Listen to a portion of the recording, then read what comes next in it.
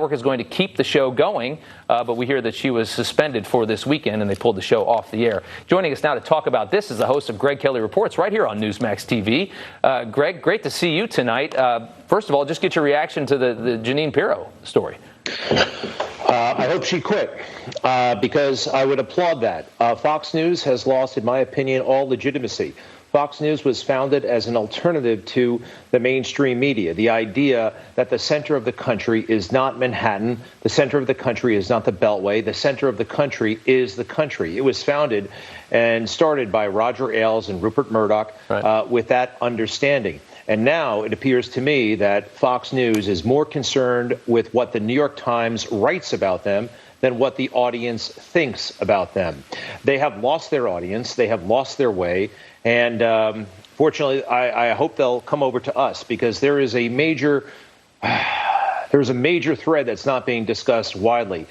Everything you're seeing tonight is an illusion. There is no president-elect. Even the term president-elect used right now is a media fabrication. We don't have a president-elect until the electors come and actually elect the president, and that happens sometimes next month. We don't have one. This is still in dispute.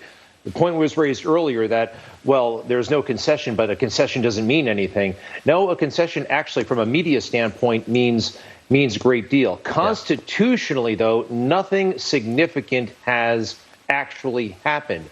I believe overall, Rob, this is yet a third coup attempt. We had Russia, we had the impeachment, and now we have this nonsense, which is so incredibly dishonest. I just urge all of the viewers out there, social media, watching the mainstream, I know the inclination. We all have muscle memory since the 1970s. I do. I'm old enough to remember turning on the network, and they say, it goes to Carter, it goes to Reagan. That's where we determine traditionally who the president-elect is. They have squandered all of their credibility. We should not listen to them. We need to resist. We need to resist that muscle memory. This is not over, not by a long shot. Greg, what did you think of Vice President Biden's victory speech? It sounded a lot like every victory speech I've heard from a politician. Yeah, I mean, it's very, he is a traditional, unimaginative politician. The phrases were straight out of the 1980s, and I notice he's still yelling whenever he speaks. Nobody, as was pointed out brilliantly by Daniel Cameron, the AG, I believe, from Kentucky, nobody's excited about Joe Biden, even on the left. OK, he is a vehicle for them. So the speech was lame, but the speech also was an illusion. The speech has no significance. Now, you could argue from a PR perspective, it does, and that they have moved. But the game has changed. This is not 1984 or even 1992. They may be dominating the mainstream media tonight.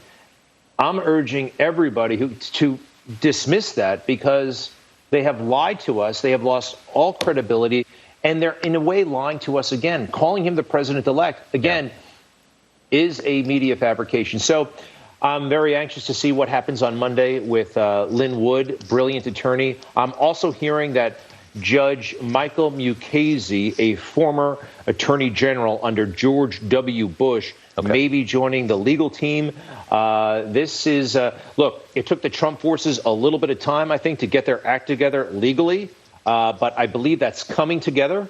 And we're going to see some very significant developments on Monday, and it's going to be a wild 6 weeks. And if they achieve a victory, finally, Rob, within the next 3 days, you'll see the president's chances are going to increase significantly. He could be successful. It looks tough right now, but I believe he can pull this out. Yeah, Dick Morris said the same thing. Greg, good to see you. Thanks for joining us tonight. Enjoy the weekend. All right, back here.